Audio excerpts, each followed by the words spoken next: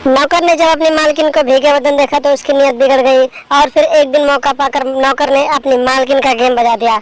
उसके बाद जो हुआ दोस्तों, उसे सुनने के बाद आप लोग भी दांतों तले उंगली दबा लेंगे। नमस्कार दोस्तों, स्वागत है आप सभी का हमारे एएसएन क्राइम अफेयर चैनल में।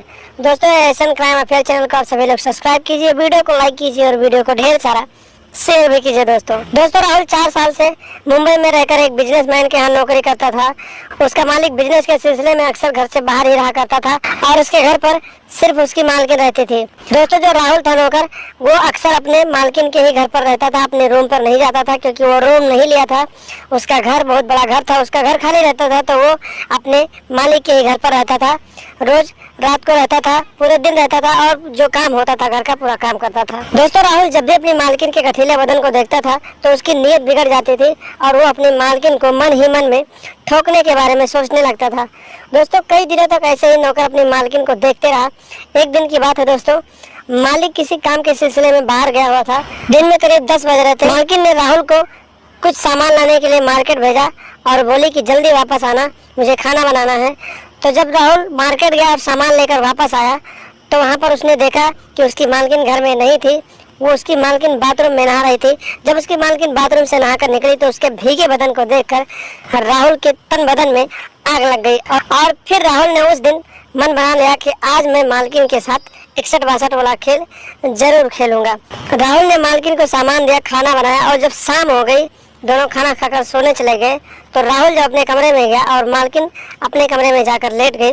लेकिन दोस्तों, करीब रात के 12 बजे राहुल को कंट्रोल नहीं हुआ और वो अपने आप को कंट्रोल से बाहर हो गया। तो सीधे अपने रूम से उठा और मालकिन के कमरे में जाकर घुस गया और फिर उसके बिस्तर पे जाकर उसके साथ 61-62 वाला प्रोग्राम करने लगा। दोस्तों, मालकिन ने बहुत सारा विरोध किया लेकिन उस दिन राहुल ने मन बना लिया था कि मालकिन की अच्छे से ठोकाई करनी है और फिर उसने मालकिन को घोड़े के स्टाइल में जबरदस्ती उस दिन खूब बजाया। दोस्तों, जब राहुल के हवस का नशा उतर गया, हवस का भूत उसके शांत हो गया तो फिर वो वहाँ से जाने लगा।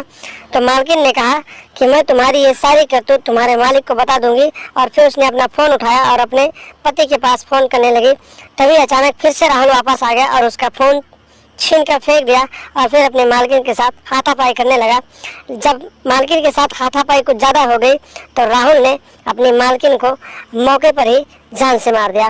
दोस्तों, राहुल ने सोचा कि इसको मार दूंगा तो कोई सबूत नहीं रहेगा और मालिक इसके बारे में कुछ नहीं जान पाएगा। और फिर अपनी मालकिन को मारने के बाद राहुल रात में ही मालकिन के घर से फरार हो गया। दोस्तों, जब सुबह हुई, मालकिन काफ़ी देर तक नहीं उठी तो आसपास के लोगों ने कमरे में जाकर देखा तो मालकिन की लाश पड़ी थी। उन्होंने इस बात की सूचना पुलिस को दी। मौके पर पुलिस पहुंच गई और फिर पुलिस लाश को कब्जे में लेकर आगे की कार्रवाई करने लगी। और फिर काफ़ी देर तक छानबीन करने के बाद पुलिस को पता चला कि मालकिन के घर पर एक राहुल नाम का नौकर रहता था जो उस समय मौके से फरार था। दोस्तों, पुलिस ने राहुल के नंबर को लोकेशन पर लगाया और लगभग 15 दिनों के बाद पुलिस ने राहुल को हिरासत में लिया और पूछताछ करने के बाद राहुल ने पूरा जुर्म कबूल कर लिया और पुलिस ने राहुल को आगे की कार्रवाई के लिए जेल में डाल दिया। तो देखा आपने दोस्तों, एक नौकर जहां पर नौकरी करता था उसने उसी मालकिन के साथ विश्वासघात किया और फिर एक दिन मौका पाकर उसने अपनी मालकिन को जबरदस्ती उसके साथ शारीरिक संबंध बना लिया और फिर उसकी मौके पर ही हत्या कर दी और फरार हो गया। तो दोस्तों, मेरे वीडियो बनाने का सिर्फ एक ही मकसद है, किसी के दिल को दुखाने का कोई मकसद नहीं है। बस आप लोग सतर्क रहें, सावधान रहें क्योंकि ऐसे हवस के पुजारी आप सबके आसपास भी घूमते हैं, टहलते हैं।